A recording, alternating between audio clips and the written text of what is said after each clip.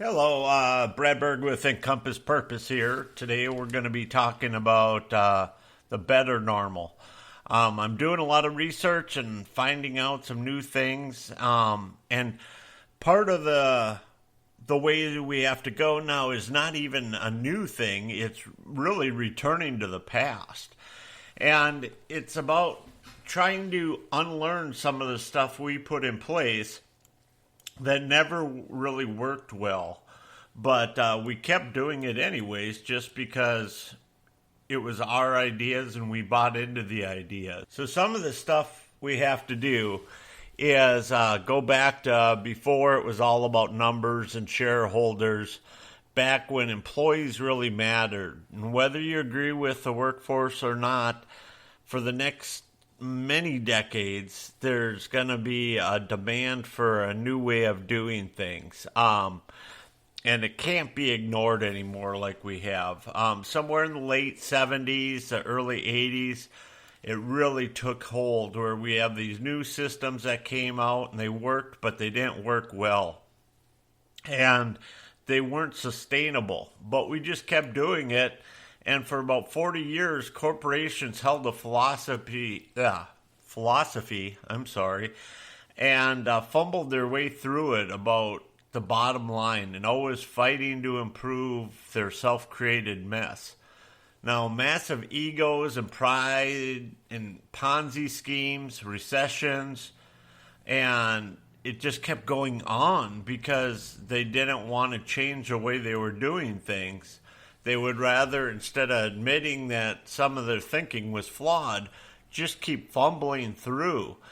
And it really became where it needed to drive consumption, and consumption beyond people's means, consumption for things they didn't even really want. So baby boomers and the X generation just kept going through almost a robotic driven way to accumulate possessions. And then they decided here now in the last year or so to start waking up a little bit and not seeing the change in demands, the change their errors. And we're not talking just the 1% here or the Republicans or the Democrats. It's on all economic levels. And the issue of the two generations that are coming up that were raised different than what their thinking is different, I should say, than what we have done in the past. Now, everything we've done for the generations in the past, we couldn't have messed it up anymore, except we did. We ignored multiple generations coming up, and we demonized them and complained about them. And they're now beginning to rule the world. And if you think about it, it was about the most idiotic thing we could do. We ignored it instead of fixing it. Now it's not enough of the past. We have to work on a better future. Have to collaborate. We have to excel.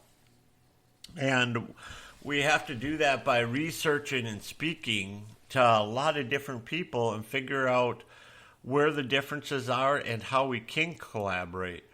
If you look at Gen Z and Gen Y, they're taking the way we thought, and then we have to collaborate that in with how they think. And really, if we do that, it's going to be a better outcome than what we have been doing by far. Now, if you look at my generation, 50 and over, and then the 20s, people in the 20s, that's in my industry, that's for coaching, the two highest segments. Now, think about that, 20s and 50s. Why do you think that is? There's a very good reason for it. The people in the 50s are realizing some things they're doing isn't working, and now they want to excel in it. People in the 20s are trying to get to the places they want to be in life. So it's kind of different reasons, but both philosophies work and both are good because they're both getting outside help to help them improve every week and help them excel and collaborate together. Now, if you look at 1 Corinthians 9, it talks about the need for self-discipline. It says, "Do you not know that in a race all the runners run, but only one gets a prize? Run in such a way you get the prize." And if you reflect on that, that's really powerful. How you're training, how you're living, what you're focused on, that's all on how to get, where you want to be. And we went in cycles and we repeat the same mistakes. We take something that's right, and because it's not mine, not my way, it's cast aside. And that's what we've done for the last 20 or so years.